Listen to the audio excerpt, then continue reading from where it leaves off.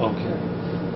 Jess, how about just saying your whole name so that we can make sure we get everything right there? Jesse Antoine Marcel.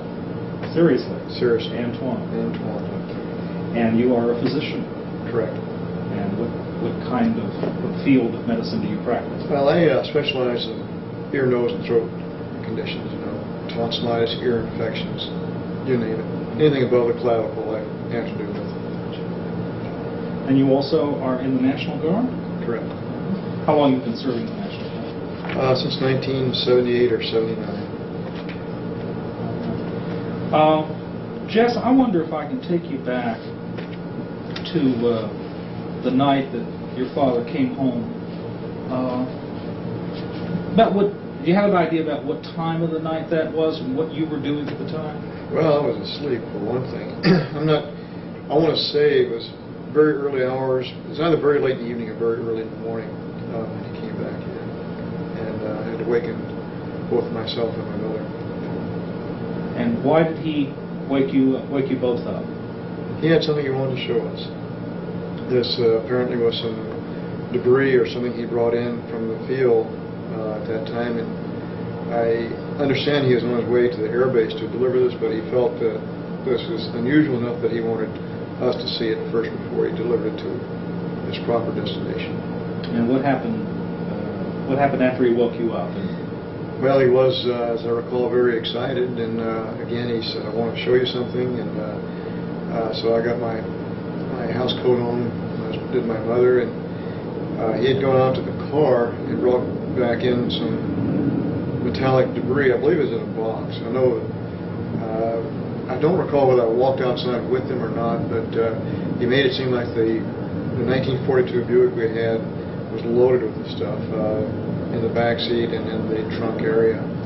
At any rate, he brought the material in and spread it on the kitchen floor, and in an effort to try to piece it together like a jigsaw puzzle to get some idea of the form of this, but unfortunately there was too much of it, too finely divided to do that. How old were you at the time? 11. And when he spread all this material out on the floor, what was your impression about what this material was like? How would you describe it? Well, initially, just looking at it, well, what's this all about? Sleepy. But then when you get down and looking at it, it was the unusual character of the debris, and I want to say that he said something like, "This is from a flying saucer," but I'm not sure that he said that. But the meaning was clear that this is something very special, and he wanted us to look at it. And what's your recollection about what the material looks like, felt like?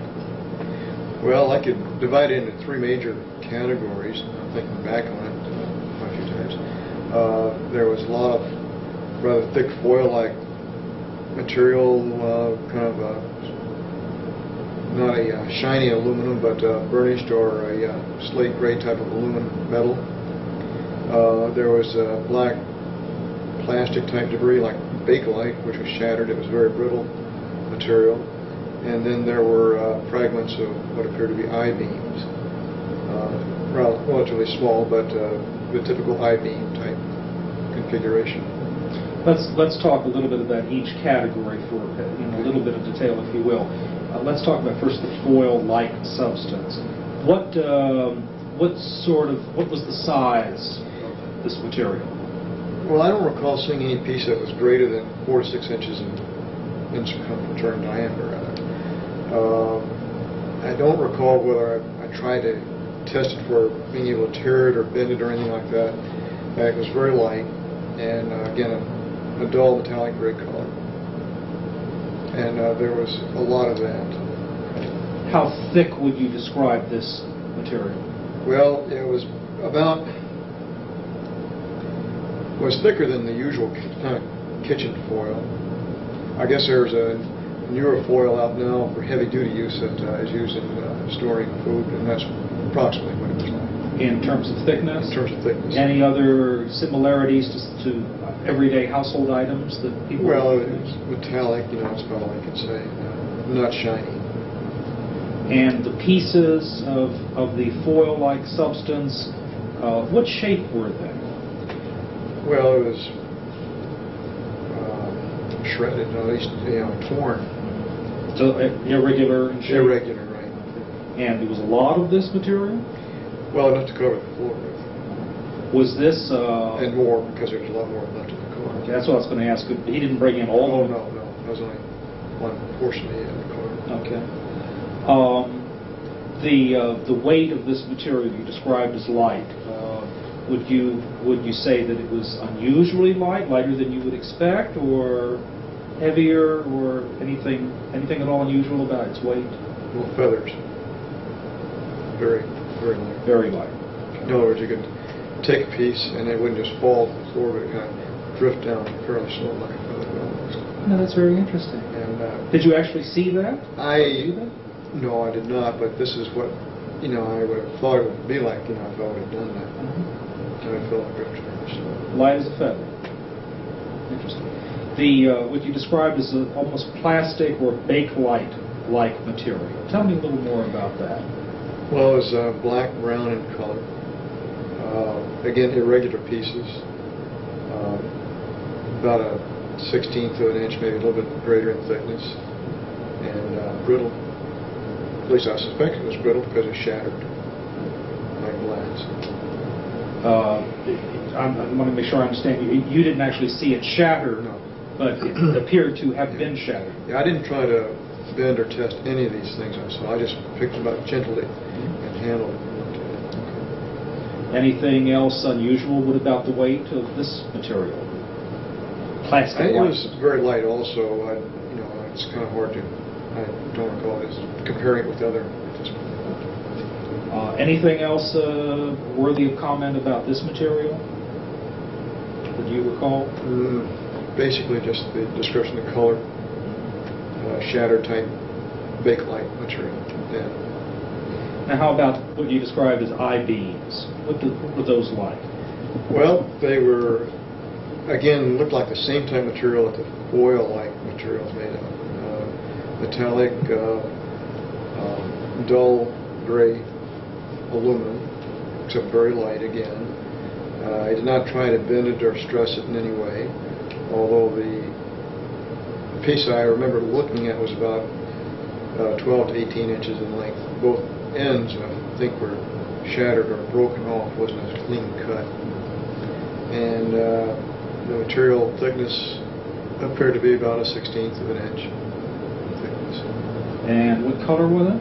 Again, it's a dull gray, like a flat aluminum finish. I guess that would be a good way to describe that. Metallic? Metallic, definitely metallic. Okay. Anything else unusual about this particular piece of material? Well, the most unusual part of this whole thing was what was on the I-beam, on the inner surface of the I-beam. Because as you look at it head-on, there appeared to be a type of writing on the mainframe itself. This writing was definitely a purplish violet hue. It did have an embossed appearance because you could, if I recall, you could rub your finger along it and you could tell it had texture. I don't recall seeing any lines or letters of any kind, but it was more like geometric shapes. Or, well, it's hard to describe it. It was curved geometric shapes. There might have been some triangles and circles, but it was solid. Is it possible you might have mistaken it for Russian, Japanese, any other language? No way. Anything like hieroglyphics? Well, in my first impression was this is Egyptian hieroglyphics, but I knew enough at that time to know that it wasn't, because hieroglyphics usually have some animal symbols in it also, but there was none. And the lettering, or we can call it lettering, of these symbols. Individual symbols. They were not connected. Okay. They were in color? Yeah, yes. But they were on a surface that was what? Well, the surface was the same color as the rest of the I-beam, dull metallic gray. So it's just the symbols that were in a kind of purple pink. That's right. That is the color that caught your eye. Here in all this mass of metallic gray pieces, here's this flash of color. What do you recall your father saying that night about how he came into possession of this material? I don't recall a whole lot of the mechanics or the logistics involved. I do know he'd been going for quite a while. I'm not sure exactly how long he'd been going even, but if I remember saying something about this came from a crash site or from some Gold's Ranch or northwest of Roswell. And you said at the outset that he appeared to be excited. Yeah, that's the reason he got us up out of bed. Why was he excited about this? Because he felt this was something very unusual. He felt it was probably something we'd never seen before, would never see again. And again, I want to say that he said the words flying saucer, but I cannot be sure about that. I'm almost positive he did, but I can't recall verbatim what he said. When you said that your father had been gone for some time, do you mean hours or days or something?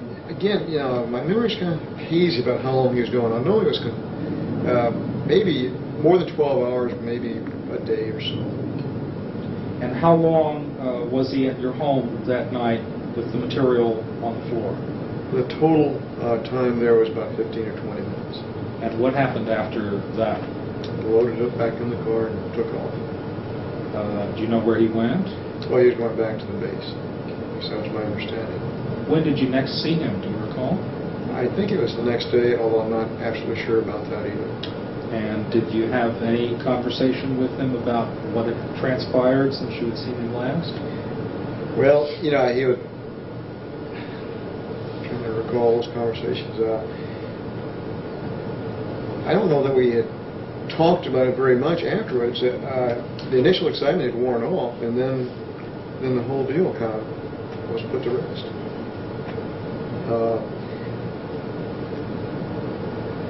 There's still a feeling like there's something very unusual about this. It was not,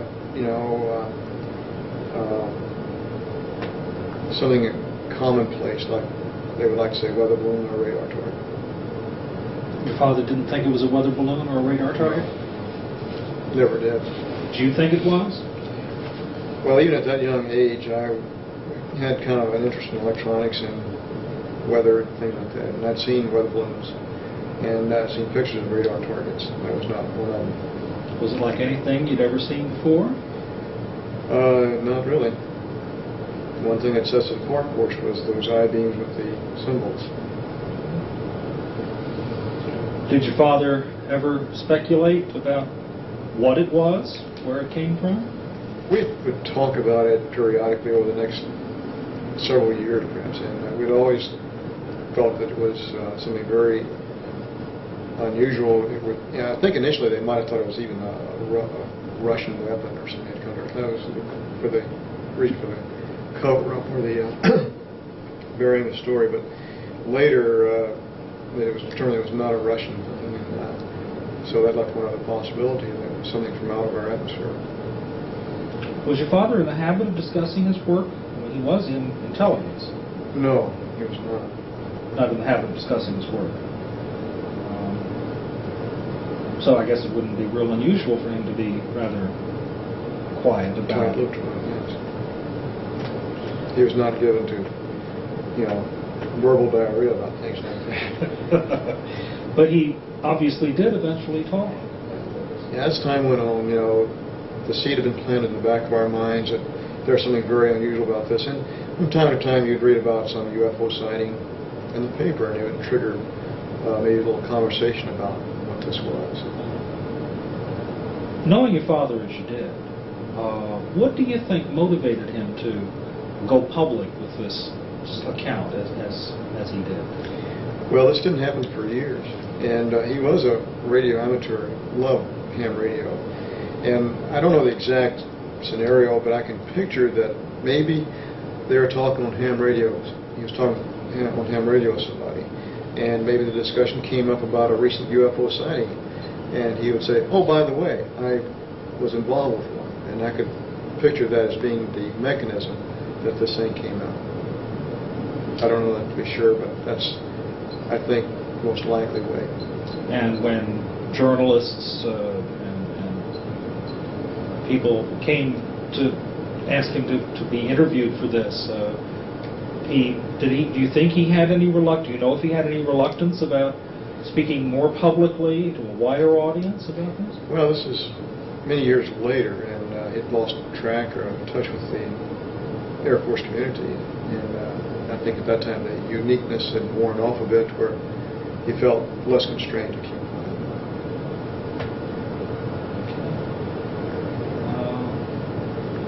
Kevin, I don't have any more questions. Anything that we failed to cover that's important?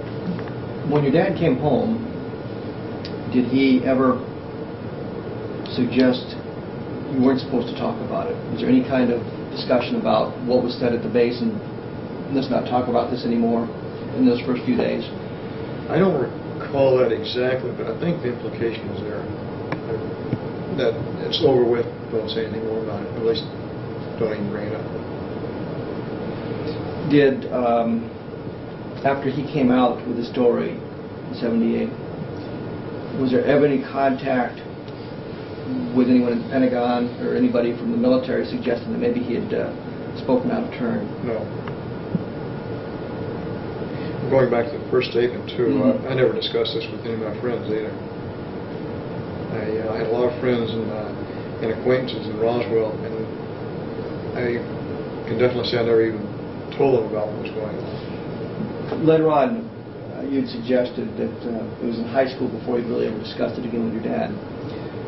Did you ever discuss it with any of your friends in high school when the stories would come out in the newspapers, or suggest to anybody, well, you know, these things are real? I don't recall ever saying anything about it. When you'd see these stories in the newspapers, kind of what was your reaction to them? Did you kind of, I know something more about it, or?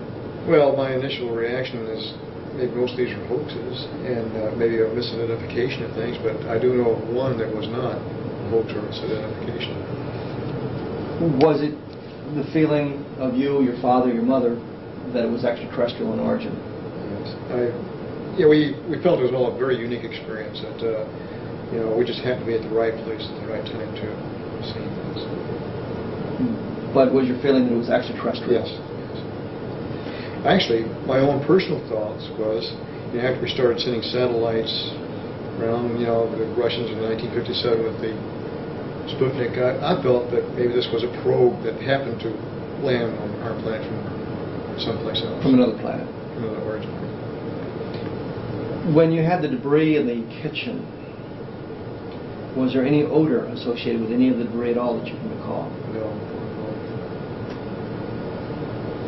Did the material feel cold to the touch at all? Well, it was metallic, it was a hot night, so it didn't, I'm sure it's the ambient air temperature, whatever that was at that time. Is there any possibility that your dad might have slipped a piece out of the box to keep for his souvenir? No possibility. He'd never think of doing something like that? Not at all. His background was intelligence. Was that his job all through his military career? Was he always in intelligence? Well, that and photo analysis, interpretation. Now, did there have been stories that he flew as a gunner? Well, he did man the guns, I know that. I think what happened, he was a navigator, or he went aloft many times to view the bombing runs personally, despite the fact they had photographs, but he'd get more information by being there on the site. And I do know one time that they were shot pretty badly, and he had to take over part of the guns. He must have known how to man the 50 calibers for some reason. I know he did that. He described sitting on an empty box of ammo and having some slugs go between his legs through the box from a Japanese firing at him. and was quite excited about that, I can imagine. And another time they were shot down. They had four engines shot out. The plane, and the B-29 doesn't fly very well on two, and then the third one gave up. They're going down like a rock. Did he have to bail out, or did he? He bailed out, yes. Bailed out. So his military career, he was basically in intelligence mostly for his his military career. And he would get stick time as as a pilot too, as much as he could. You know, a non-rated aviator type. We know how that works. Yeah. There are many stories about his military career. He did not stay for the full 20. No, he did not. He got out as a lieutenant colonel. Major. He was given a reserve commission of lieutenant colonel, but he was on active duty as a major. So he never served as a lieutenant colonel? He never served as a lieutenant colonel. I know a lot of the reserve papers he got to him was addressed to Lieutenant Colonel Jesse Marcel, but he never had the privilege. The lieutenant colonel. So he got out. He had no military pension. No. He got out of the service, went back to home in Louisiana. Was a TV radio repairman, or right. Owned a radio, television, and sales service. And that's what he did until he retired.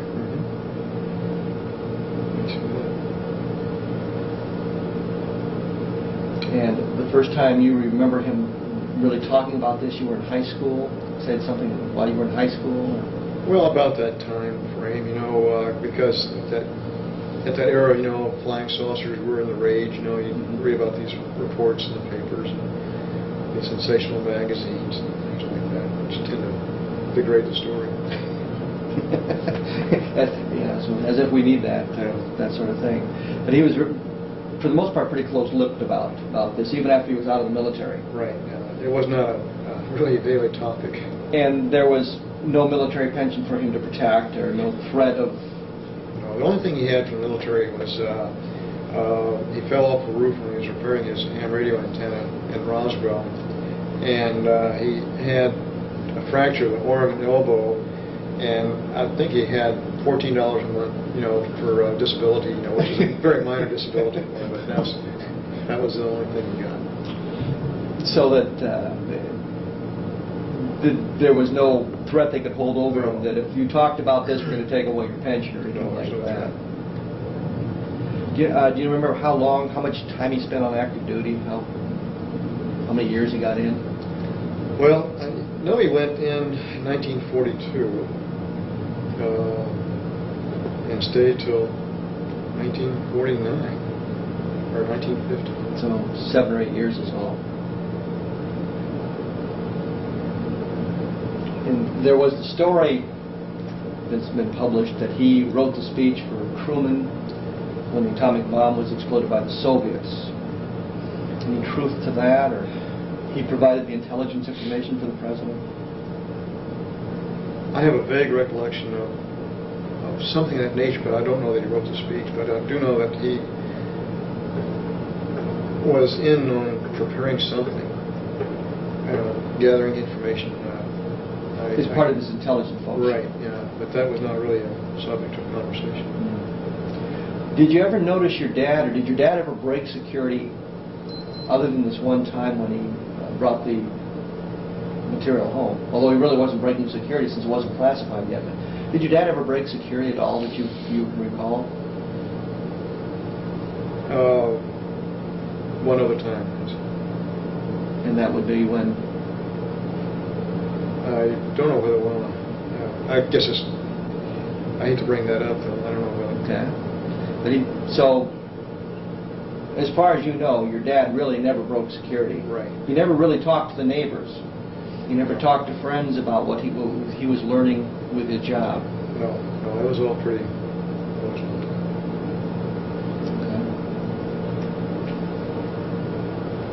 Okay. Jess, thank you very much.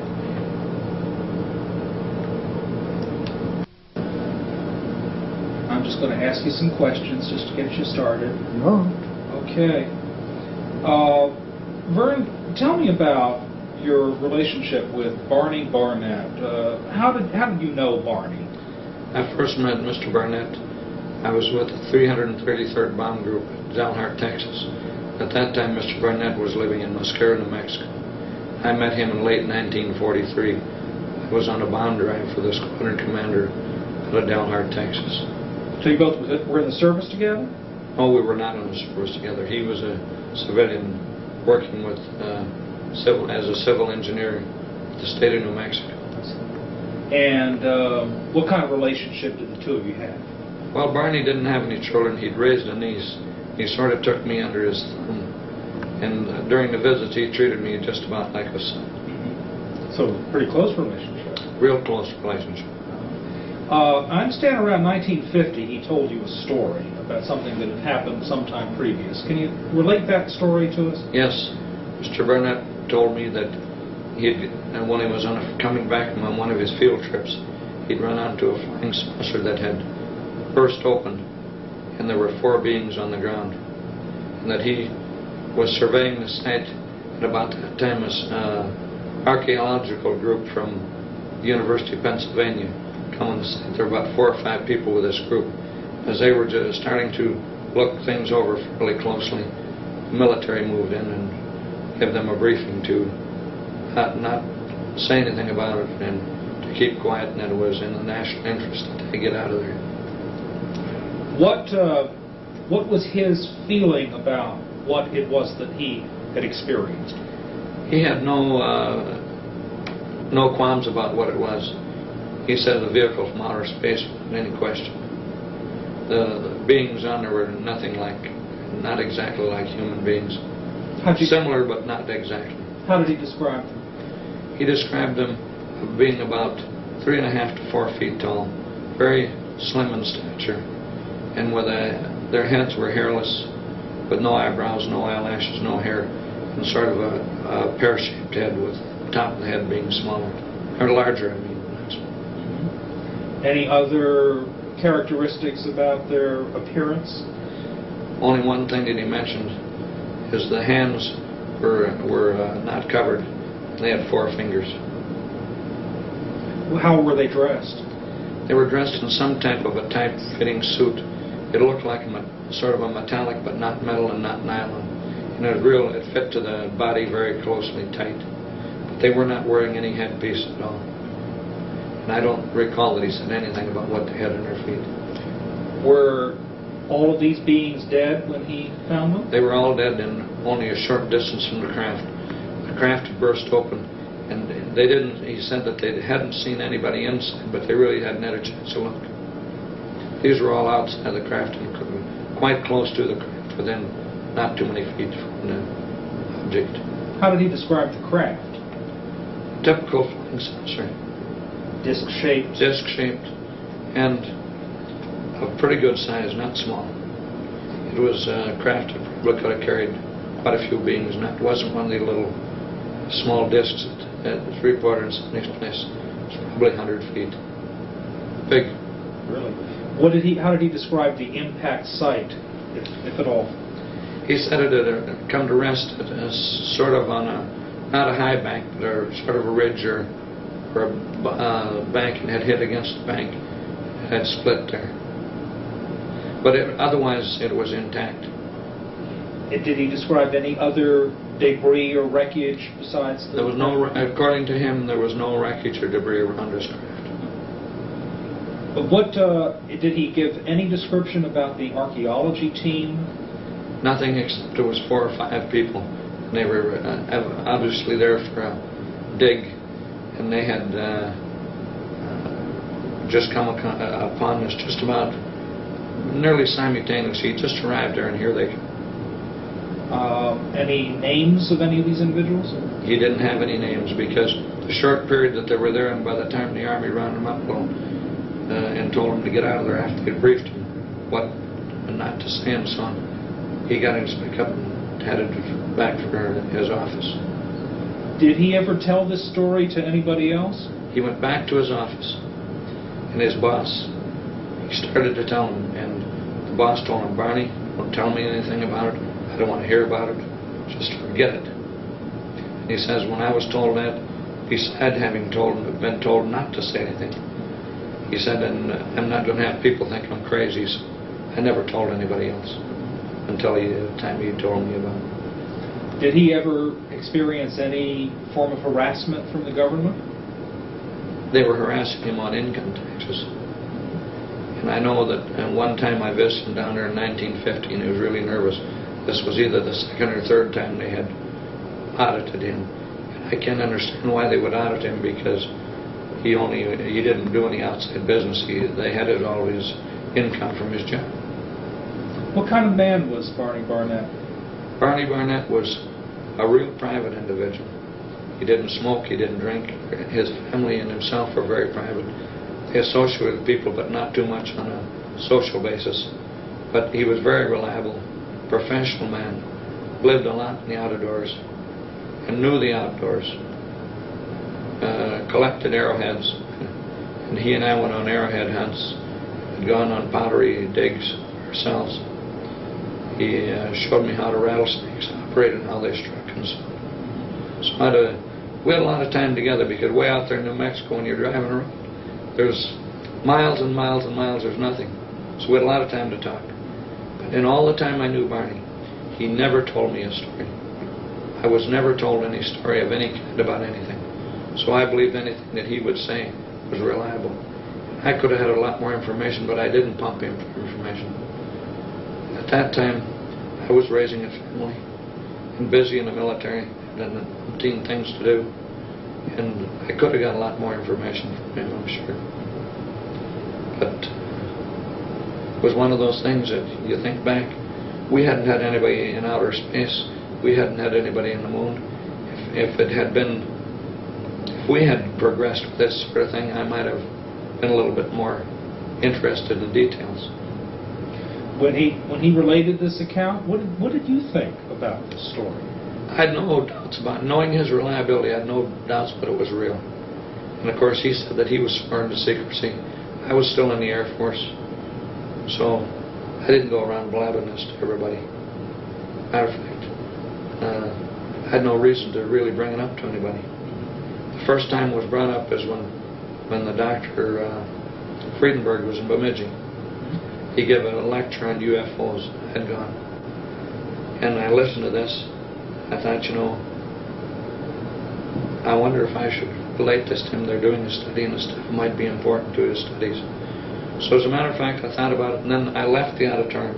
And it was cold out. It was late fall, I think. I walked about a half a block from there without saying anything. I thought, well, maybe it's a good policy to come back and tell him. I didn't feel comfortable not doing it. So then I walked back and talked to him.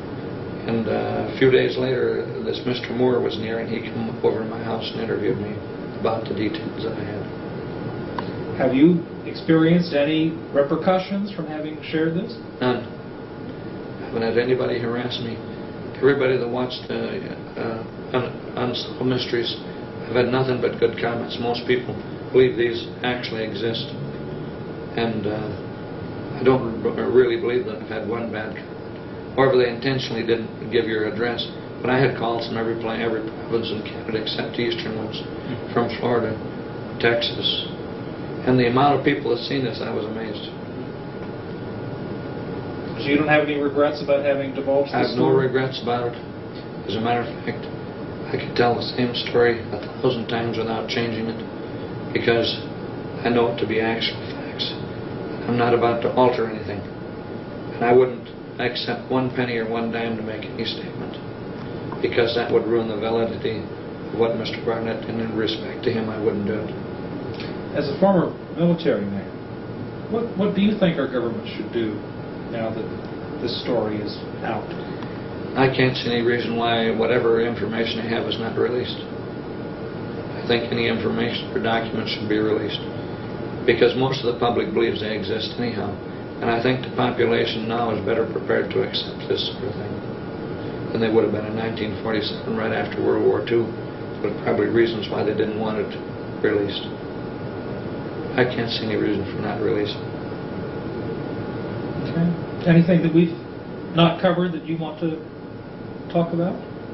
Well, the only time that I had any occasion to possibly see a flying saucer, in 1940, I was with the 7th Bomb Group, 11th Bomb Squadron. We'd moved off the coast because of the problems with an imminent war. So we'd moved into Salt Lake City, and we're working out of the municipal airport out there. And just about, it was between 12 and 1 o'clock. There was a disc-like object that had come over Salt Lake City. It come from the east over the Wasatch Mountains. In the daytime, it looked like the moon does if you see it in the daytime. And there was 2 pilots that I knew out there. I can't recall their names. And myself out there. And we run for B-17. And we immediately started, didn't run the proper checks and other routes. Taxied right out to the runway and took off. And we chased this. I mean, there was no hope. It was just distances. And it could not possibly have been another airplane or balloon, because the B-17 was about as fast a thing as there was on the market at that time. It come over from the east, went right directly over the airfield, and then it went west. And when we took off, then it just about went at a real steep angle going to the northwest, went up. It kept getting smaller and smaller till it was just like a little dot up there. And nothing that I know of could possibly climb that fast. And this was what year? 1940. And because it went overseas in 1941. It was in Hawaii on 1st December 1940.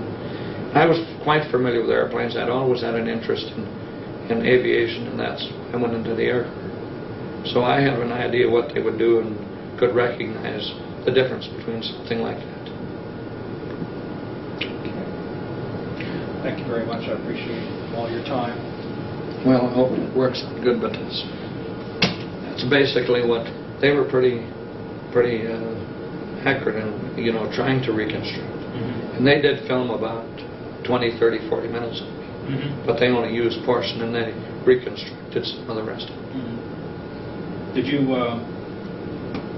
were satisfied then with the dramatization part of it? Pretty much, but there was some details that would have changed. And of course it was impossible for them to know every detail. If I had been on their site, I could have told them some changes they could have made. Yeah. Like Barney wearing a pith helmet? Yeah, wearing the pith helmet. Well, and another thing, he had glasses. Because that when he opened the snake's mouth and the venom came up over his glasses, that's how I vividly remember. I can picture in my mind the venom still streaming down his face and on his glasses. And it hit the glasses mostly. And it was just kind of a white foam and just, Good thing he wore glasses, I guess, huh? But that's the type of individual he was, an outdoorsman. He knew the Southwest, he knew the outdoors, and he was the type of individual that didn't exaggerate on anything. We did a lot of things outdoors. And I know that New Mexico, because I know what a vast uninhabited area that place is. Yeah. That's why the group in New Mexico was kind of laughing about some of the things I was telling them. Because they know what you're talking about. And they know exactly that I'd been through a good portion of our state and I'd lived there. I lived in Clayton, New Mexico one time. Where are you living now? Bemidji. Still in Bemidji. Still in Bemidji. And I put in 21 years in the United States Air Force, retired from them. I put in 30 years with the VA, just about 30 years. So? I like working. And I'm interested in things. When I visit foreign countries, other places, I see everything. Industries, what the people are doing, how they make a living. I'm not one contented just to sit back and go and lay in the sun somewhere or go to the beach, whatever. Yeah. I just like to get in the mainstream of things. I'm interested in what's going on in the world and out of this world, too. Yeah, obviously. Vern, could I ask you to just sign this form for me? Well, the officers all left, and we had some minor maintenance. Mr. Porter, what were you doing in Roswell, New Mexico in July of 1947? I was a flight crew member. At the Army Air Base? Right. And what was your rank? As Master Sergeant. And what would normally be your duties as a flight crew member? I was a flight engineer. Engineer. Okay. And what sort of normal activities would you engage in? Well, I took care of the engines in flight, and weight and balance and fuel management.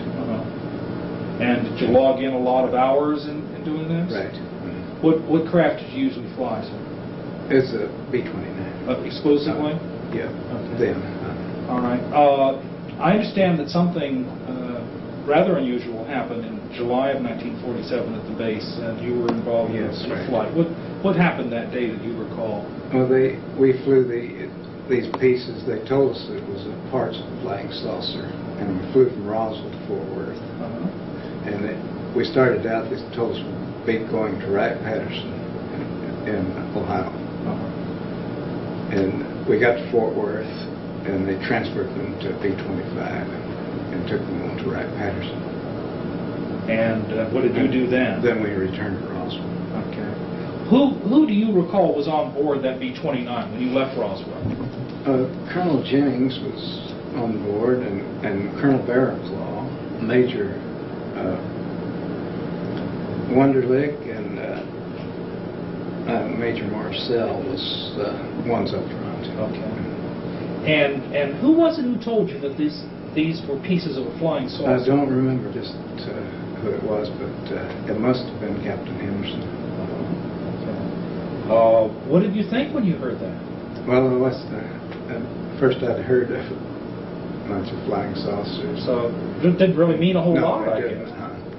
What was it that was actually loaded on board that you saw? Well, we had it's just packages in wrapping paper, Uh-huh. and one of them was triangle shaped, about 2.5 feet across the bottom, and the rest were in smaller packages, about shoebox size. The triangle shape, is that an unusual kind of packaging? It seemed to be. Yes. And this was brown paper on the outside? Right, with tape. Uh-huh. And did you actually load this stuff? Yes, right. What was your feeling when you... Well, just like picked up an empty package. Is that right? Right. Very light. Right. From feeling the package, did you have a sense of what it was that was underneath the brown paper wrapper? Not really. Couldn't tell. Just brown Just paper and brown. tape, Mhm. but very light. Right. And approximately how much of this stuff did you bring onto the B-29? Well, it was the one triangle-shaped package and about 3 shoebox-sized packages. Oh, so it wasn't... Not very much. Okay. I don't know, if we were to... Can you give me an idea about what the volume of all of this would be? Well, it's...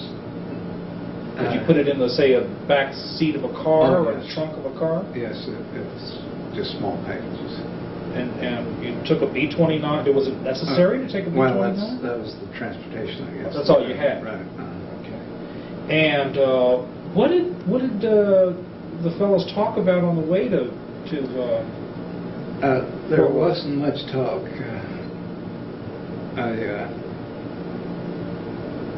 They didn't talk back and forth very much. Nothing about it. Yeah. Much. Would that be unusual? Was there normally a lot of conversation Well, between the This officers and wasn't a crew? regular crew, so How is that? Why do you say it wasn't regular? we had officers from other squadrons in the plane, and the Colonel Jennings was the deputy base commander, and Major Marcel was the intelligence officer. Would it be unusual for them to be on such a yes. flight? Right. And you arrived at Fort Worth at Carswell, Right. and what happened then? Well, we parked on the front flight line, and Colonel Jennings told us to finish. We had some spark plugs to change, and he said as soon as we got our maintenance done and the guard was posted, we could go eat lunch and come back then. Was there anything unusual about your arrival at Fort Worth? No. So you did your maintenance, and then you went out to Right. lunch.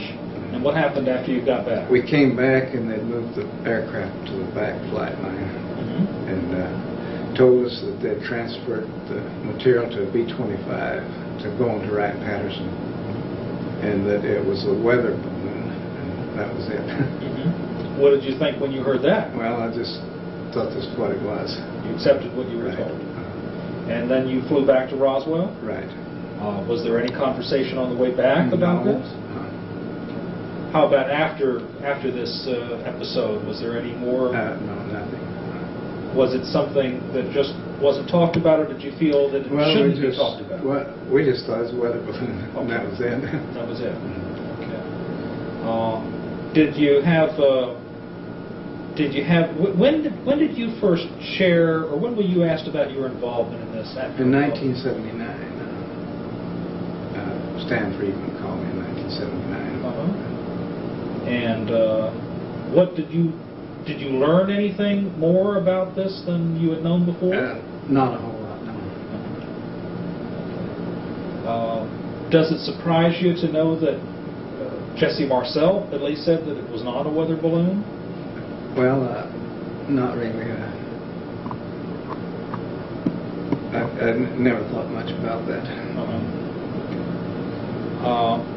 After all these years, what do you think it was?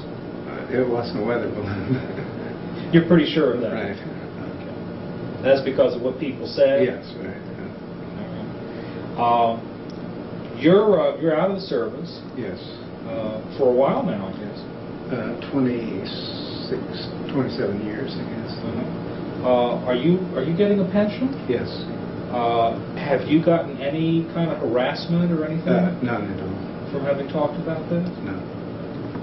Do you have any regrets about having talked about it? No. What do you think the government should do now about all this?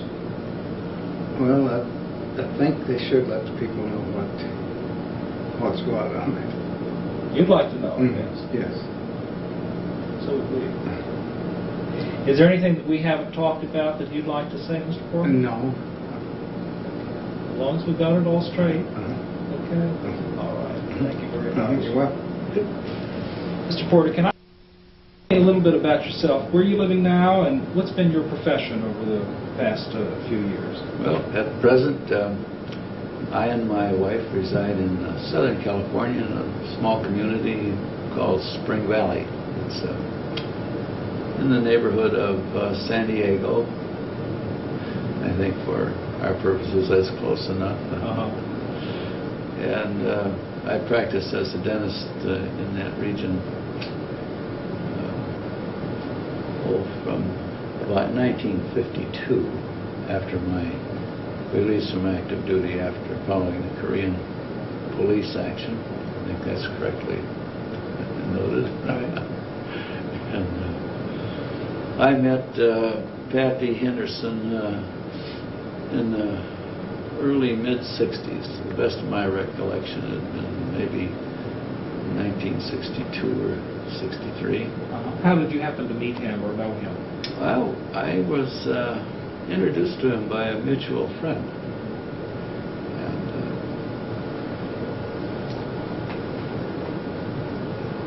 And we were, of course, one of my other vocations other than dentistry has been practice of studying metallurgy.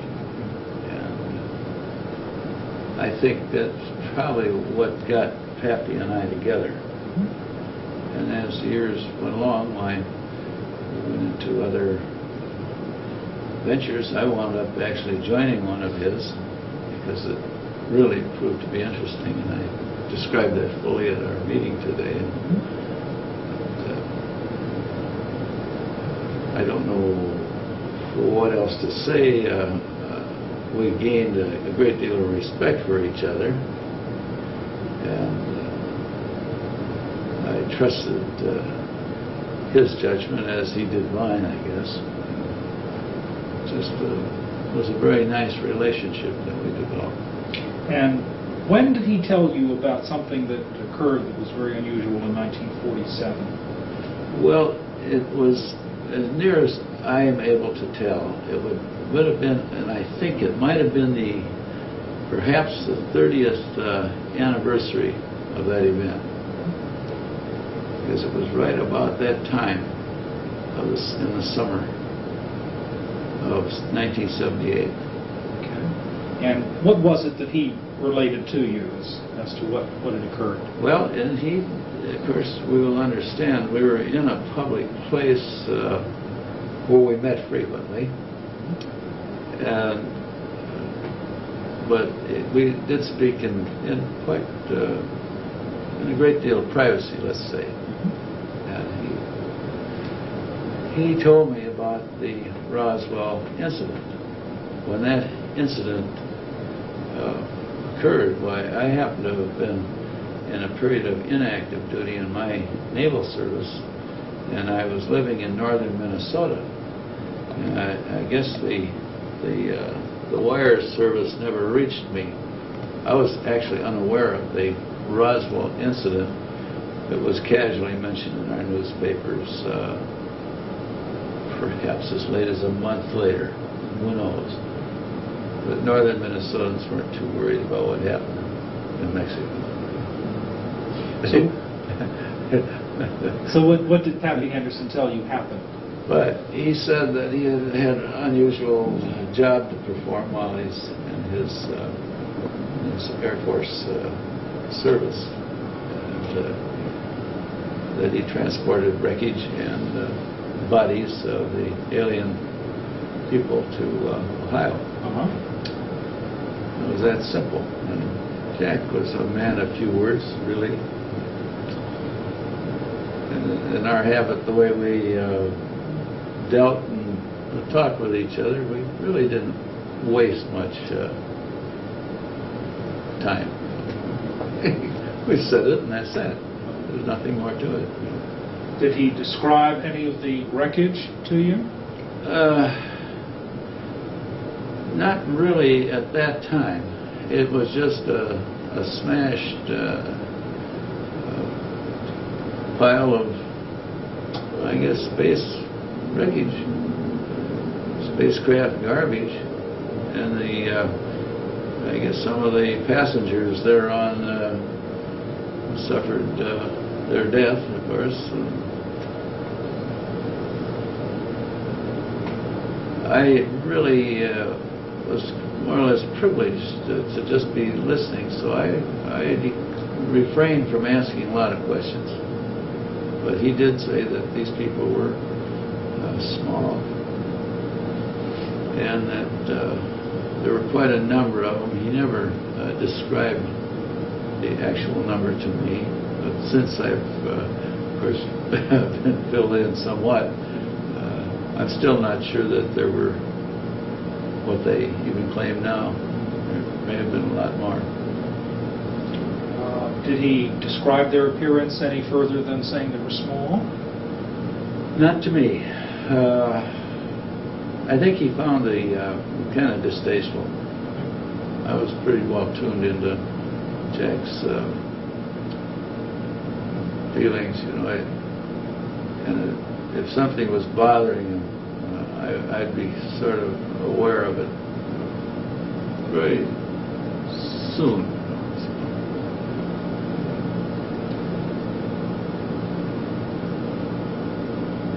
Do you know what kind of craft he flew to Wright-Patterson? Well, as a Navy man, I wasn't too familiar with what the Army Air Corps, later Air Force, had. You know, my experience with airplanes ended with the Taylor craft and Pipers and Aranca sedans and things like that. Pre-World War II, things that I flew. The rest of it is lost. But it was one of the Bs, B-29 perhaps. Did he say what his takeoff point was? Well, I assumed it was Roswell. He did not say to me where it was from. But that he did say that he was going to Wright-Patterson. Yeah, that's where he did say, and he said that the remains were there. And he said very likely in a frozen state. Which would lead me to believe that, that being the case, that autopsy work was being planned. And I would have undoubtedly been performed. So. Did he relate any information following this flight that would shed some light on what the wreckage or the bodies were all about? No, it was perhaps a year later. We were meeting again under about the same circumstances. We decided to have a game of pool, and when we had a little break in our game, why he produced this piece of metal for me to look at. He said, what do I think of it? I said, well, it's different. And I felt it, and it did feel different. And I studied it some. I was able to determine that its the metal structure was different than alloys like we have in our aircraft, for instance. And of course, he did preface his question by stating this was from this craft. And apparently, I think it was a case of appropriation that he acquired this, for future study, perhaps. At any rate, I gave it a good, thorough looking at and decided that it was an alloy that we are not used to, or we don't think we do. But there is a possibility we may be able to come up with something like it. What do you It's a very base big, roundabout statement. I understand. How about describing it for me? What did it look like, feel like? Well, it was a lustrous, a gray lustrous metal that resembled aluminum. It was lighter in weight and much stiffer. If you're familiar with aluminum alloys like ST37, it's a very stiff, tough aluminum. Well, this was harder and stiffer than that. Could you bend it? No, not, and I didn't want to try. The edges were pretty sharp, and Jack didn't want to let it out of his personal ownership, So I couldn't take it into my lab and do some testing on it, which I really would like to have. Number one, I'd like to have found out what it would take to machine it. In other words, in machinist language, to mill it.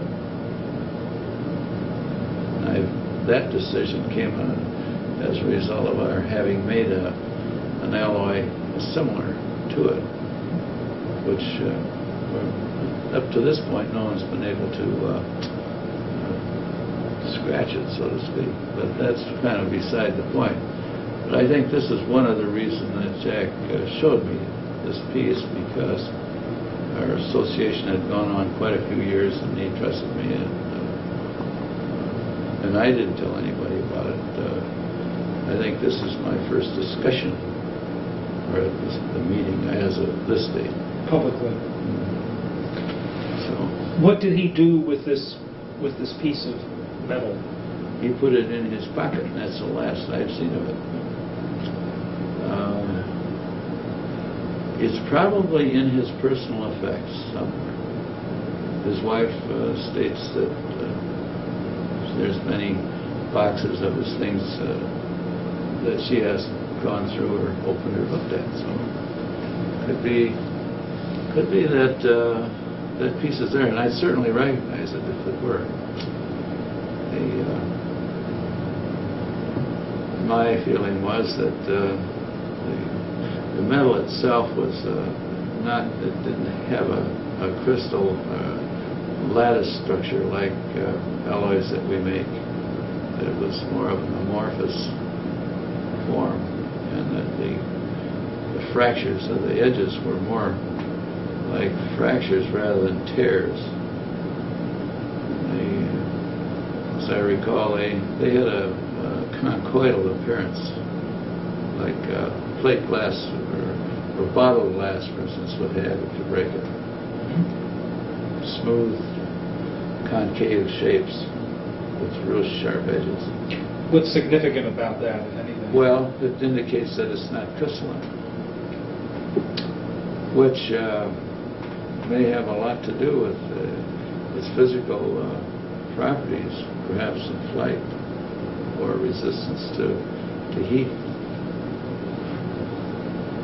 like entrance and exit.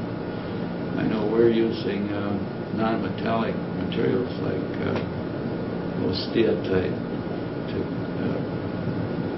coat our shuttles with, and so on, to absorb the heat. This apparently didn't need that. Would with your background and your knowledge of metallurgy, would you think that this was something that would have been easily manufactured using technology available at the time you saw this material? Well, I don't think it'd been easy for us to do. No. I think we're looking at pretty high temperatures in smelting, for one thing. I think now perhaps it would be easier. They have refractories, for instance, have changed, like in furnaces or smellers. They are able to tolerate better temperature, higher temperatures. And then we have more, let's say, more sophisticated temperature control, things of that nature that would be needed to perfect an alloy like that. But I do think that the metal, and I think that should be used with the quotation marks, metal is a salacious alloy. That's my own opinion. And what does that mean to the layman? Well, that it's a compound of silicon with whatever the main constituent metal itself would be. We found some in the United States, the atomic weight of which appears to be somewhere very close to iridium. And in fact, that causes a considerable problem in, for instance, the lab techs reading the plates because of the overlay of the lines, the spectral lines. And in fact, there's one material that was smelted and the button made, which proved to be a similar alloy, but it's one we made ourselves. Yeah. It weighed a lot more, though. It's heavier. What is your own belief about what this fragment was from? What did it represent? Well, I think it was one of the structural parts, not the thinner materials. I know that Jack himself, well, he stated to me, as far as the thin materials go, that was the lining of the crafts, and that when properly energized, it produced perfect illumination inside. That you had a total easy light with no shadows. But that's why I asked today this gentleman that I think it was Jesse, that had his hands on some of that thin material, if he had seen it in the dark. Right. I guess he hadn't or hadn't paid any attention to it. He's pretty young then anyway. So. Well, that would be kind of interesting to see if it could be energized or polarized, maybe, is all it would need to be. It's hard to say. Take a little, take a good old scientist, maybe one of our physicist friends who could tackle that and light the place up with a piece of that, you know. It's fairly possible. So. What do you think this was from, though? I mean, what was this? I think that was recovered. Yeah, well, I think that metal, that thin material, was different. I didn't see any of it, but from what I've seen of the pictures and so on, I don't think that's the same metal. Is it your feeling that this was from an extraterrestrial spacecraft? Oh yes. Well, there's no question in my mind about that.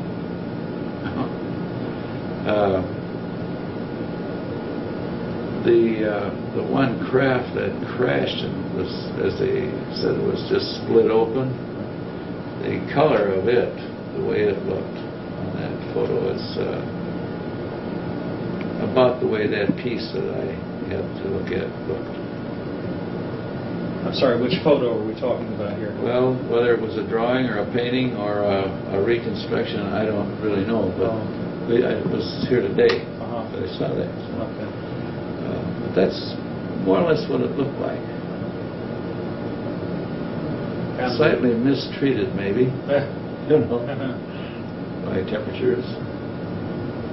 No doubt in your mind, though, that this was from outer space? I have no question but what it was from outer space. The bodies? Sure.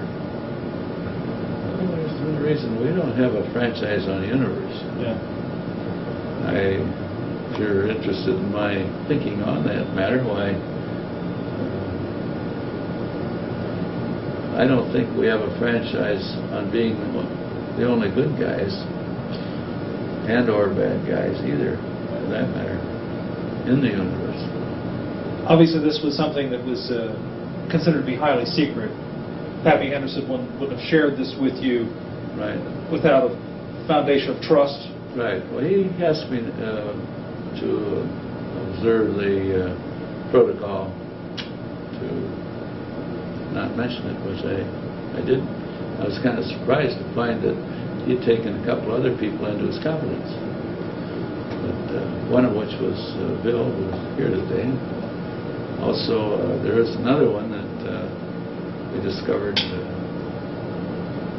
This is one of our naval helicopter pilots who's retired now, and was aware of what Pappy had seen.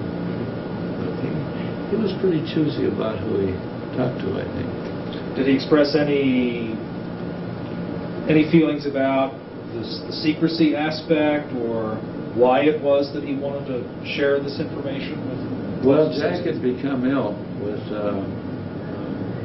adenocarcinoma, and I would guess that he probably wanted to leave it. I think Bill Lounsbury expressed that notion.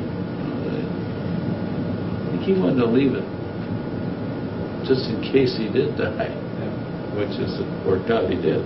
But no, he had great hopes that he would be given a ride, and it would have occurred by now. It seemed like he had it sort of set up in some way. It's beyond my knowledge of his activity. But you know, you take the case at Switzerland event and the Palladian arrivals there. In fact, all the footage that was made of those spacecraft, and which incidentally I've seen some of the film on that, and it greatly resembles our Channel 13, if that's the right channel, in L.A. that photographed the two that flew over just it's either in Anaheim or Orange. They just came in and made a swooping in and out, and someone just happened to be taking some pictures and managed to photograph that in action, and the films proved to be genuine.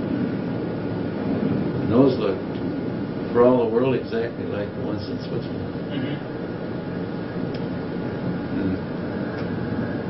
Yeah, Pappy made a great effort to apprise me of what all that Swiss thing was about. In fact, he spent quite a bit of money on books for me and things of that nature, some of which involved some of our own military, where they were doing intensive study to verify the authenticity of these Swiss landings.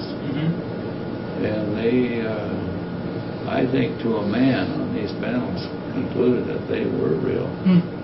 And all the school children over there, I've seen pictures and movies of those people. You can't have 38 kids all give you the same story, usually on anything. But on this one issue, boy, there was no question about it. Plus the description of the squadron commander in that case was a lady, and her squadron was 3, and she described her craft and allowed him to photograph. As far as this metal fragment's concerned, do you have any idea where it is now, today? No, I don't. I think if it's anywhere, it'd be in his personal effects. It was pretty traumatic when Jack died. At that time, the her daughter's mother-in-law was very ill, and so they just packed Sappho up out of her apartment, moved her to L.A. to help take care of this old lady. So, and I think, as Sappho said, if it's anywhere, it's in some of the old boxes they haven't even opened yet. So I'm going to look into that when I return. See if I can maybe convince her to go ahead. We'd very much like to know what the result of that is. Well, if I get it, it'll head right straight for my safety deposit box, and then I'll get on the telephone. And I won't tell them which bank it's in. They'll have to kidnap me.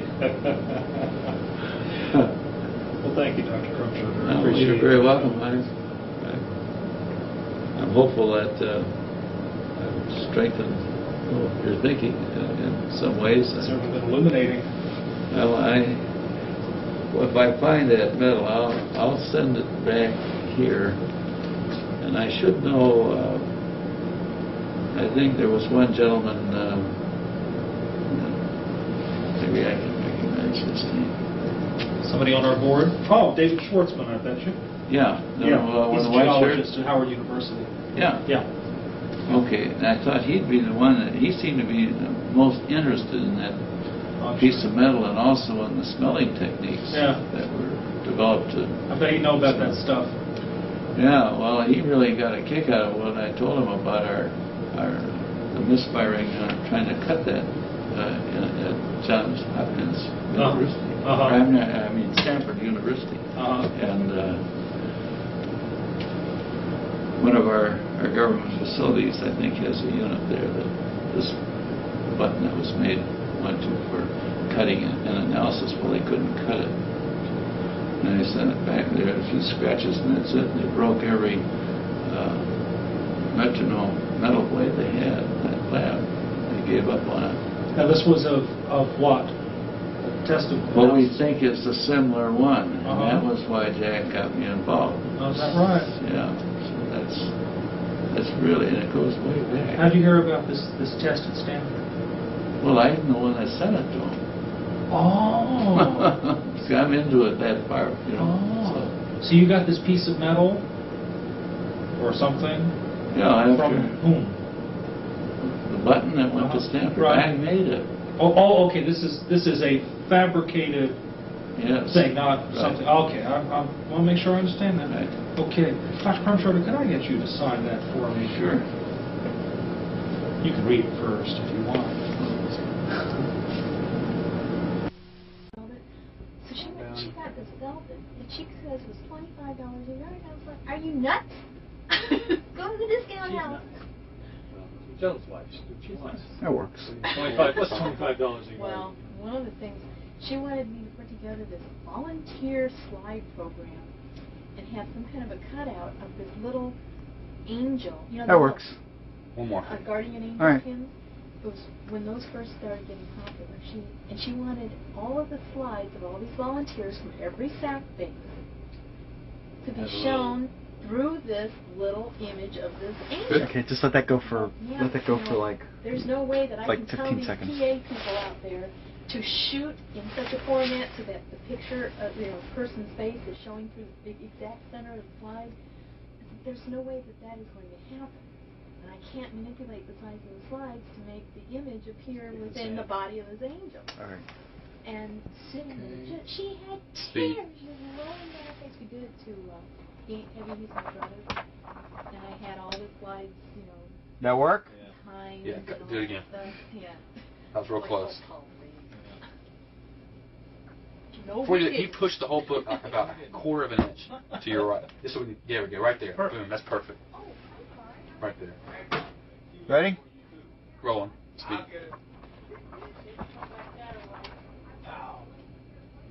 I like that. That's cool.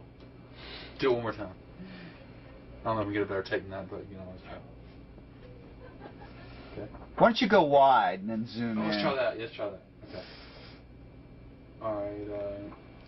Okay, go back where you started, and I'll zoom as you go. Okay. Ready? Go. Okay. Go on. Here it Too goes. close. Yeah. Too far in. But that's, you got the right concept. Okay. Okay, ready? Here we go. Okay. Or the similar.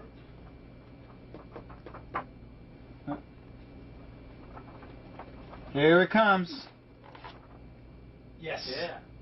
Because you can pick it up at any point while the pages are. Right, you can make it dissolve into it where you're moving in. Just do it. I think I can nail it a little better. I was too far the first time, not far enough that time. Okay, ready? Rolling. Roll. I'm going. Okay, here we come. Here it comes, it's coming. Yeah. Good. That's the best take so far. Let it roll, let it Can you roll. back that one more time? I want to do it one more time. Just, okay, go. Yeah. Okay, Sort of. times. Here it comes. All the way low. Nah, we got it. I think We we got got it? it the last time. Okay. Good. How many? Just so when it settles down. It moves that much just by hitting the name recorder. Okay. You got the sticks. Thing all the way up. Try it slow. That was a good one right there. Try it one more time, slow.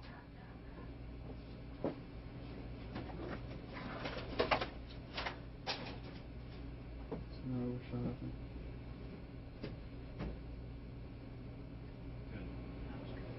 Hold it, hold it. I want to do it one more time. No, too much.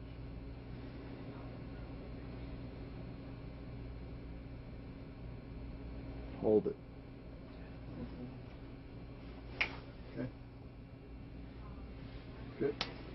Alright. What did we say we wanted to do? We wanted to do the books, American separated from international. Let me get a figure where I'm gonna. Yeah, that's pretty much in that. Ready? Yes. Ah, didn't hit it.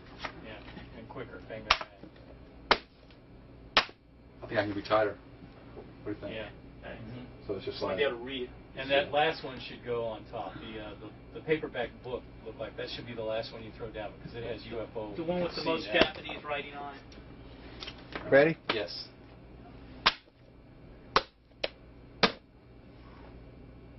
Okay. The first one was right in the middle. You need to. What's that other magazine? I don't know. Maybe we don't use it. That other French magazine? You rolling? Yes, sir. Go ahead. That's not bad. That was pretty good. That was a good take. Where's that other French magazine? Over there? I don't know, maybe we don't want to use it. It looks very much similar to the other one.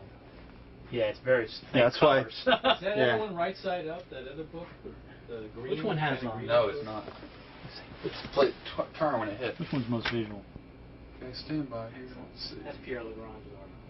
It was just Lagrange. That's it. Like, just hold that. Okay.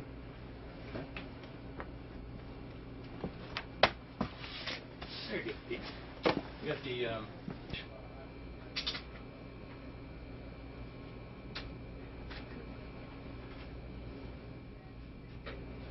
A little too fast. A little too fast. Okay. You want to slow down a little Okay. bit. Yeah.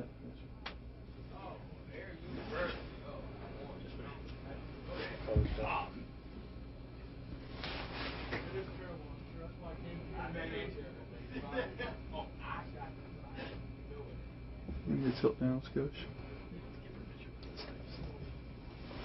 Okay.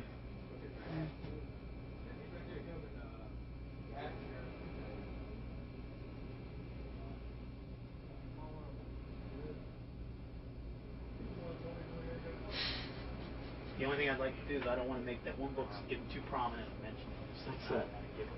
I mean, Kevin Randall in advertising. yeah, I don't want his name real big. Okay. He's a piece of shit. He's an Air Force reservist. Is the Air Force Reserve? Yeah. And he'll usually sign his books Captain Kevin Randall. How about that? Oh, Yeah, that's good. Make sure we get Roswell. Real important. okay. It's kind of tough to get Roswell not get. Now he's right there. It's at a safe area. I mean, you might see it, but I don't know how you're. As far as what I see. Don't worry I about don't it. necessarily need. Don't worry about it, I don't necessarily need this. I'd rather have this. You know what? I would Go ahead and shoot it wide. Cause I'll just run it through the DPM and I'll just defocus his name if it's really going to be a big deal. It's really gonna bother it's you. not. No, it's not that big a deal. It's I on can the other book. defocus it. Is what I'm It's trying it's to. on the other book that I. Oh. It's in big. There, it's fine. That's fine. Oh, I see This where one it was is. other fine. Okay. Which book you talking about? I see it. I see what you're talking It's about. got its name. We may even take that book out. So you're missing it. I moved it up a skosh. That's it. So I just need to bring this up. A history? Which one Yeah, is it? history. There we go. Like that. Oh.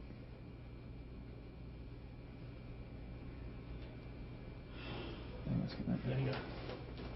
No, I'm just tired of it. Mm. This is fun. I've had so much fun.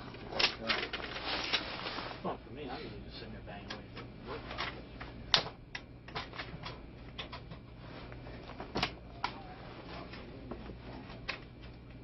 Ben calls me. This Kevin Randall calls me last Friday and tells me he's out of the flying saucer business. He's now in the buried treasure. This thing is just not happening. And then Friday night, somebody mailed me a video. Some Friday night what? Friday night, one of my associates in the UFO world mails me a video that he just released and selling for $30. He just got done telling me Friday afternoon that he's out of it. He's the O.J. Simpson.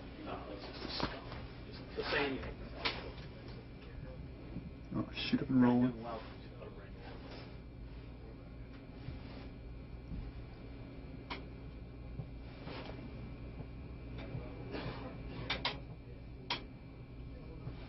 Well, the guy who was the producer of the Showtime movie, I used to work with the guy in White. I was in Los Angeles. He called him up and said, "You can't do this to me. I got $3 million." He goes, the only thing I don't like is his name prominently mentioned. I see the one, yeah. That's good. That's a little soft in the beginning there, Gus. Okay.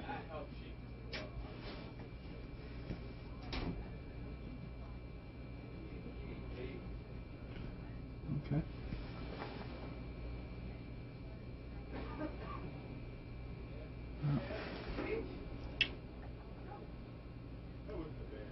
I don't think you can tell. I don't think you can tell they're books.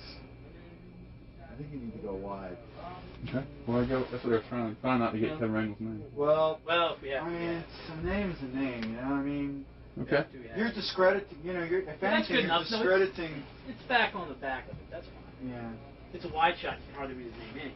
So This wide or closer? Or? That looks good.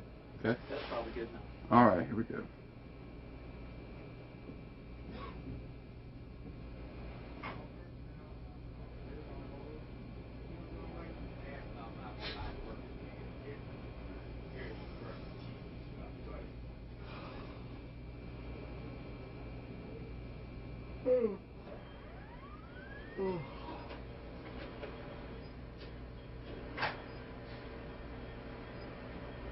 This is like so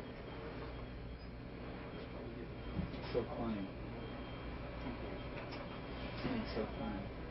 Because what I've been seeing on TV for so long, and what you're telling me is, it makes sense, seeing both sides, you know.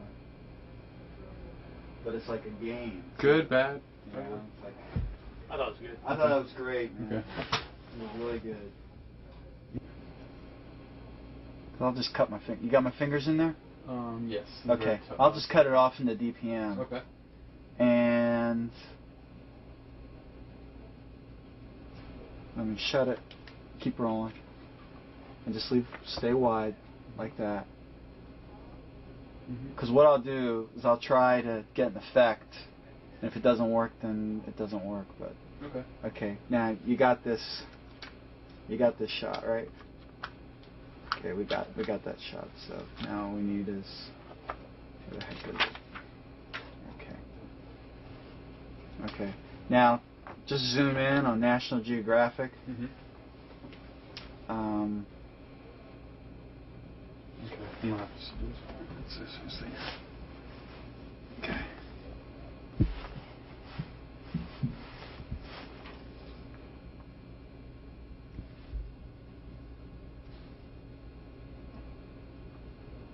Okay.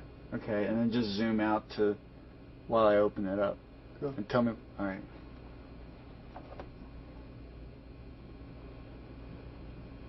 You want to right. Let's try that one more time. All right. Okay. Tell me when.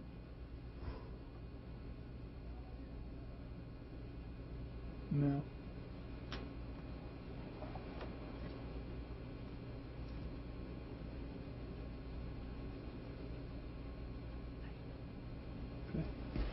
Okay. Well, those are wild-looking keyboards. Well, one guy who uses the keyboards every day to find out where the stock and currency markets are is Donald Vandemark, and he's got the latest numbers. Thanks very much, Fred. The market is mixed today. Traders obviously confused about the unemployment gate, which had supported rival standard. Great merchandise. The 7 homeless to come in are not having that much luck because some people just don't want to come in, and as the mayor has said on television, Merchant imports are super competitive rivals.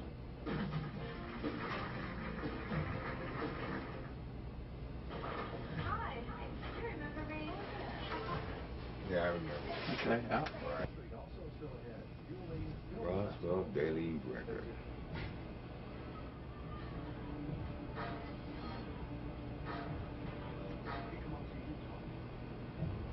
Another bitterly cold day for much of the nation, with temperatures below freezing in all but narrow regions of the southeast and southwest. Some Also, one of them. satellites made. Oh, there's 3 pictures too. There's 2 pictures in there. So you coming with more shit now, see? Well, First was just these books and this thing here. Now it's this and this and this, and you just keep dreaming. This is just like the spaceship shit, ain't it? Every day they bring something more. You just need to tell the truth. And you're gonna be going through all this shit. You know, I see a huge. Is there a glare on the line?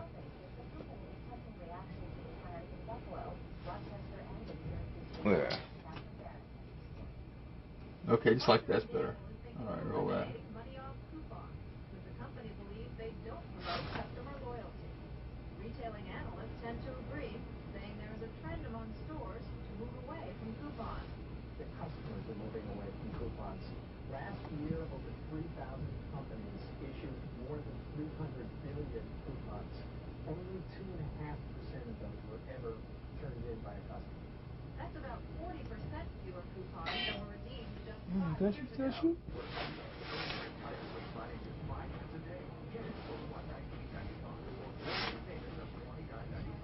Call now for the make this free workout with complete instructions.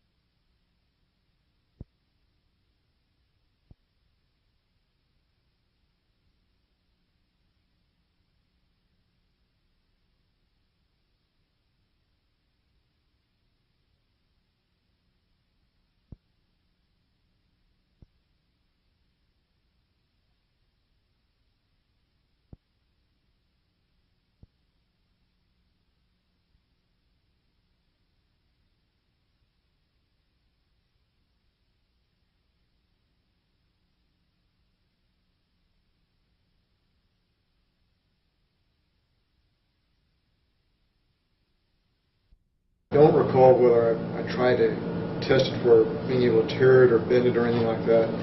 It was very light, and again, a dull metallic gray color. And there was a lot of that.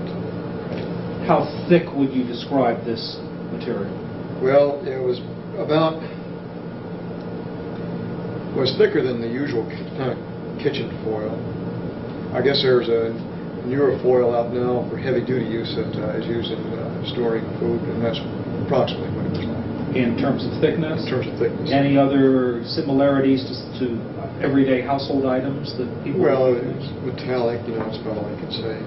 Not shiny. And the pieces of the foil-like substance, what shape were they? Well, it was shredded, at least, torn. So irregular in shape? Irregular, right. And there was a lot of this material? Well, enough to cover the floor with. Was this... and more, because there was a lot more left in the car. Okay, that's what I was going to ask. He didn't bring in all of them? No. That was only one portion of the car. Okay. The weight of this material you described as light, would you say that it was unusually light, lighter than you would expect, or heavier, or anything at all unusual about its weight? Well, feathers. Very, very light. Very light. In other words, you could take a piece and it wouldn't just fall to the floor, but it kind of drift down fairly slow like a feather almost. No, that's very interesting. And did you actually see that? No, I did not, but this is what I would have thought it would be like if I would have done that. And I felt like drifting very slow. Light as a feather. Interesting. What you described as almost plastic or bakelite-like material. Tell me a little more about that. Well, it was black-brown in color. There appeared to be a type of writing on the mainframe itself. This writing was definitely a purplish violet hue. It did have an embossed appearance because you could, if I recall, you could rub your finger along it and you could tell it had texture. I don't recall seeing any lines or letters of any kind, but it was more like geometric shapes. Or, well, it's hard to describe it. It was curved geometric shapes. There might have been some triangles and circles, but it was solid. Is it possible you might have mistaken it for Russian, Japanese, any other language? No way. Anything like hieroglyphics? Well, in my first impression was this is Egyptian hieroglyphics, but I knew enough at that time to know that it wasn't, because hieroglyphics usually have some animal symbols in it also, but there was none. And the lettering, or we can call it lettering, of these symbols. Individual symbols. They were not connected. Okay. They were in color? Yes. But they were on a surface that was what? Well, the surface was the same color as the rest magazine, dull metallic gray. So it was just the symbols that were in a kind of purple pink. That's right. That is a color that caught your eye.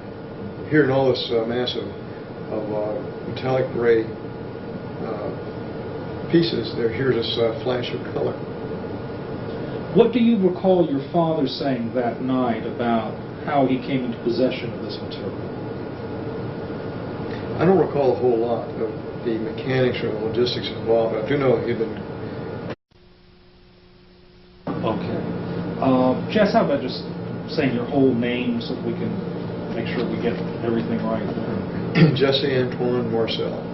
Seriously? Seriously. Antoine. Antoine. And you are a physician? Correct. And what field of medicine do you practice? Well, I specialize in ear, nose, and throat conditions, tonsillitis, ear infections, you name it. Anything above the clavicle I have to do with. And you also are in the National Guard? Correct. How long have you been serving the National Guard? Since 1978 or 79. Jess, I wonder if I can take you back to the night that your father came home. About what? Do you have an idea about what time of the night that was and what you were doing at the time? Well, I was asleep for one thing. I want to say it was very early hours. It was either very late in the evening or very early in the morning when he came back in, and I had to waken both myself and my mother. And why did he wake you both up? He had something he wanted to show us. This apparently was some debris or something he brought in from the field at that time, and I understand he was on his way to the air base to deliver this, but he felt that this was unusual enough that he wanted us to see it first before he delivered it to its proper destination. And what happened? What happened after he woke you up? Well, he was, as I recall, very excited, and again he said, "I want to show you something," and so I got my house coat on, as did my mother, and he had gone out to the car and brought back in some metallic debris. I believe it was in a box. I don't recall whether I walked outside with him or not, but he made it seem like the 1942 Buick we had was, again, irregular pieces, about a 1/16 of an inch, maybe a little bit greater in thickness, and brittle. At least I suspect it was brittle because it shattered like glass. I want to make sure I understand. You didn't actually see it shatter, No. but it appeared to have been shattered. Yeah, I didn't try to bend or test any of these things I saw. I just picked them up gently and handled them. Anything else unusual? What about the weight of this material? Plastic. It was very light also. It's kind of hard to, I don't recall this, comparing it with other at this point. Anything else worthy of comment about this material? That you recall? Basically just the description of color, shatter type, bakelite material. Yeah. Now how about what you described as I-beams? What were those like? Well, they were, again, looked like the same type of material that the foil-like material is made of. Metallic, dull gray aluminum, except very light again. I did not try to bend it or stress it in any way, although the piece I remember looking at was about 12 to 18 inches in length. Both ends, I think, were shattered or broken off, wasn't as clean cut. And the material thickness appeared to be about a 1/16 of an inch thickness. And what color was it? Again, it's a dull gray, like a flat aluminum finish, I guess would be a good way to describe that. Metallic? Metallic, definitely metallic. Okay. Anything else unusual about this particular piece of material? Well, the most unusual part of this whole thing was what was on the I-beam, on the inner surface of the I-beam. Because as you look at it head-on, loaded with the stuff in the back seat and in the trunk area. At any rate, he brought the material in and spread it on the kitchen floor, and in an effort to try to piece it together like a jigsaw puzzle to get some idea of the form of this, but unfortunately there was too much of it, too finely divided to do that. How old were you at the time? 11. And when he spread all this material out on the floor, what was your impression about what this material was like? How would you describe it? Well, initially, just looking at it, well, what's this all about? Sleepy, but then when you get down and looking at it, it was the unusual character of the debris, and I want to say that he said something like this is from a flying saucer, but I'm not sure that he said that, but the meaning was clear that this is something very special, and he wanted us to look at it. And what's your recollection about what the material looks like, felt like? Well, I could divide it into three major categories. I'm thinking back on it quite a few times. There was a lot of rather thick foil-like material, kind of not a shiny aluminum, but burnished or a slate gray type of aluminum metal. There was black plastic type debris like bakelite, which was shattered. It was very brittle material. And then there were fragments of what appeared to be I-beams, relatively small, but the typical I-beam type configuration. Let's talk a little bit about each category for in a little bit of detail, if you will. Let's talk about first the foil-like substance. What was the size of this material? Well, I don't recall seeing any piece that was greater than 4 to 6 inches in circumference or in diameter, rather.